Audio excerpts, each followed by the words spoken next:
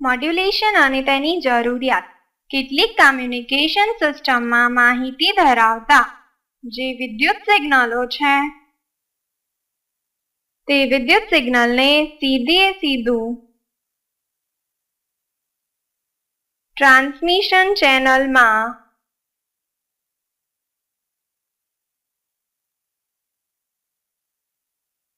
પ્રસારિત કરવામાં આવે છે.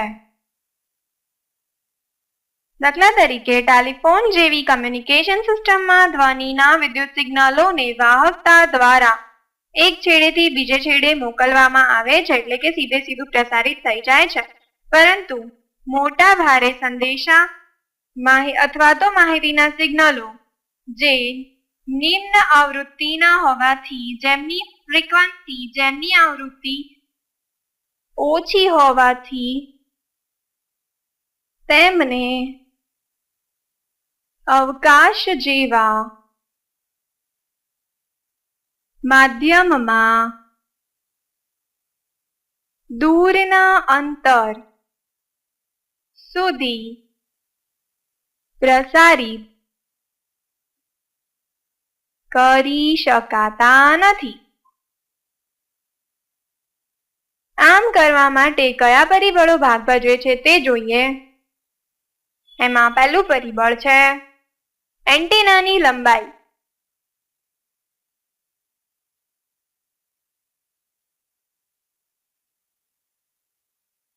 ધ્વનિ તરંગોને દૂરના અંતરે મોકલવા માટે સૌ પ્રથમ તેનું માઇક્રોફોન દ્વારા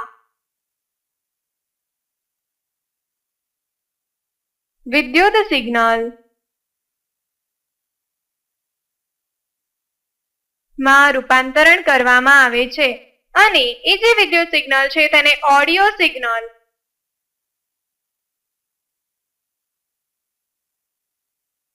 અથવા તો બેઝ બેન્ડ સિગ્નલ કહેવામાં આવે છે. ટ્રાન્સમીટર આ ઓડિયો સિગ્નલને એન્ટેના દ્વારા વિદ્યુત ચુંબકીય તરંગના સ્વરૂપે પ્રસારિત કરે છે. આ જે સિગ્નલ છે એ ટ્રાન્સમીટર વડે વિદ્યુત ચુંબકીય તરંગો સ્વરૂપે પ્રસારિત કરે છે.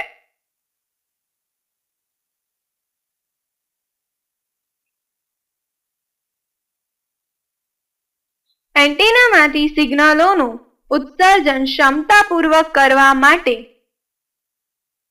એન્ટેનાની લંબાઈ ઓછામાં ઓછી લેમ્ડા તરંગ લંબાઈ છે, λ/4 જેટલી હોવી જોઈએ. અહીં લેમ્ડા જે છે એ ઓડિયો સિગ્નલની તરંગ લંબાઈ છે.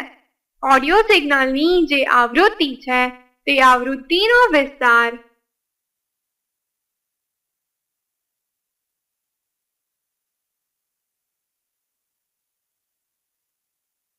હર્ટ્ઝ થી 20 કિલોહર્ટ્ઝ વચ્ચેનો છે.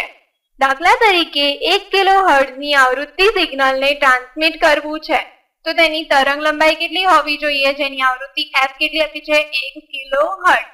તો f બરાબર આવૃત્તિ બરાબર c/λ.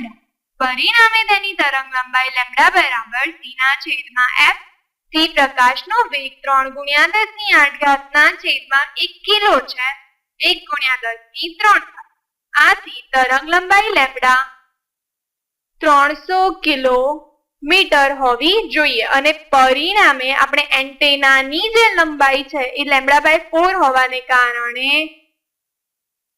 એન્ટેનાની લંબાઈ λ/4 એટલે કે 300/4 75 કિલોમીટર થશે, જે વાસ્તવમાં અવ્યાવહારિક અને ખર્ચાળ છે.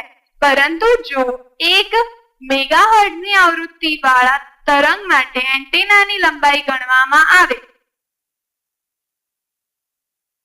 f બરાબર 1 મેગાહર્ટ્ઝ, મેગા એટલે 10⁶ હર્ટ્ઝ, તો f બરાબર c ના છેદમાં લેમ્ડા, આથી લેમ્ડા બરાબર c ના છેદમાં f. c એટલે પ્રકાશનો વેગ 3 ગુણ્યા 10⁸ ના છેદમાં 10⁶. આથી લેમ્ડા જે છે એ આપણને 300 મીટર મળે છે. આથી એન્ટેનાની લંબાઈ લેમ્ડા બાય 4 પરથી 300 ના છેદમાં 4 એટલે કે 75 મીટર મળે છે. આ દર્શાવે છે કે વધુ આવૃત્તિ, અહીંયા પહેલા આપણે 1 કિલોહર્ટ્ઝ લીધી હતી એટલે કે 10⁻³ હર્ટ્ઝ, ત્યારે આપણને જે એન્ટેનાની લંબાઈ મળી હતી એ 75 કિલોમીટર મળી હતી, જે વ્યવહારમાં અવ્યવહારિક છે એટલે કે શક્ય નથી અને ખૂબ ખર્ચાળ છે. આથી ઉચ્ચ આવૃત્તિ, જેની આવૃત્તિ વધારે હોય એવો તરંગ જે છે એ સમતાપૂર્વક ઉત્સર્જન કરવા માટે એન્ટેનાની લંબાઈ કેવી હોવી જોઈએ? નાની. અને આ નાની લંબાઈના એન્ટેના સહેલાઈથી બનાવી શકાય છે. એન્ટેના દ્વારા ઉત્સર્જિત થતો પાવર બીજું પરિબળ છે. વિદ્યુત વિકિરણના અભ્યાસો દર્શાવે છે કે આપેલી લંબાઈના એન્ટેનામાંથી વિકિરિત થતો જે પાવર P છે તે તરંગ લંબાઈના વર્ગના વ્યસ્ત પ્રમાણમાં છે. આથી P ચલે છે 1/λ નો વર્ગ, જ્યાં લેમ્ડા જે છે એ તરંગ લંબાઈ દર્શાવે છે અને P છે એ પાવર. આ દર્શાવે છે કે જો લેમ્ડા એટલે કે તરંગ લંબાઈ નાની હોય તો વધુ આવૃત્તિ વાળા તરંગનું એન્ટેનામાંથી ક્ષમતાપૂર્વક પ્રસારણ થાય છે. તરંગ લંબાઈ નાની હશે તો પાવર P જે છે એ પણ વધુ હશે. અને f બરાબર c ના છેદમાં લેમ્ડા પરથી આવૃત્તિ જે છે આ નાનું છે તો આવૃત્તિ પણ વધુ હશે. આથી વધુ આવૃત્તિ વાળા તરંગનું એન્ટેનામાંથી ક્ષમતાપૂર્વક પ્રસારણ થઈ શકે અને આ હેતુ માટે વધારે આવૃત્તિવાળા તરંગનો ઉપયોગ કરવો અનિવાર્ય છે. ત્રીજું પરિબળ જોઈએ, જુદા જુદા ટ્રાન્સમીટરના સિગ્નલોનું મિશ્રણ.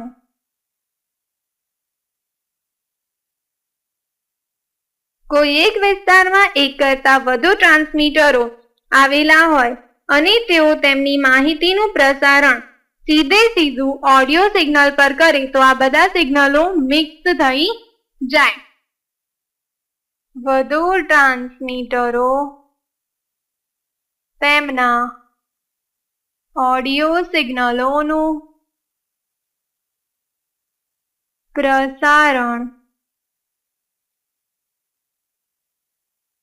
સીધું કરે તો તે મિક્સ્ડ થઈ જાય.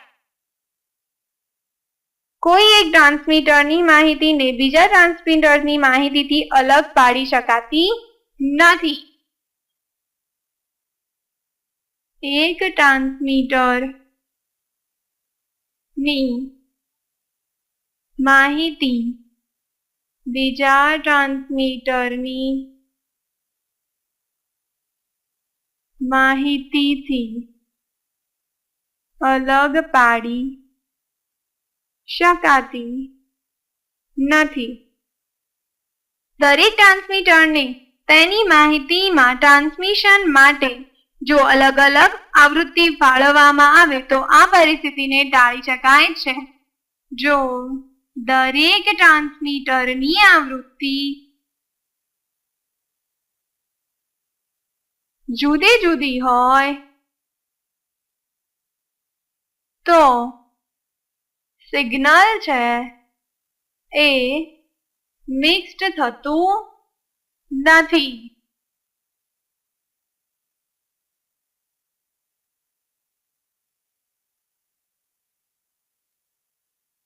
જો ટ્રાન્સમિશનમાં નિમ્ન આવૃત્તિને બદલે ઉચ્ચ આવૃત્તિ પર કામ કરાવવામાં આવે તો કોઈ પણ પ્રકારની મુશ્કેલી ઊભી ન થાય અને મોડ્યુલેશનની પ્રક્રિયાની જરૂર પડે છે. આ માટે જો આવૃત્તિ વધુ હશે તો કોઈ પ્રકારની મુશ્કેલી થતી નથી.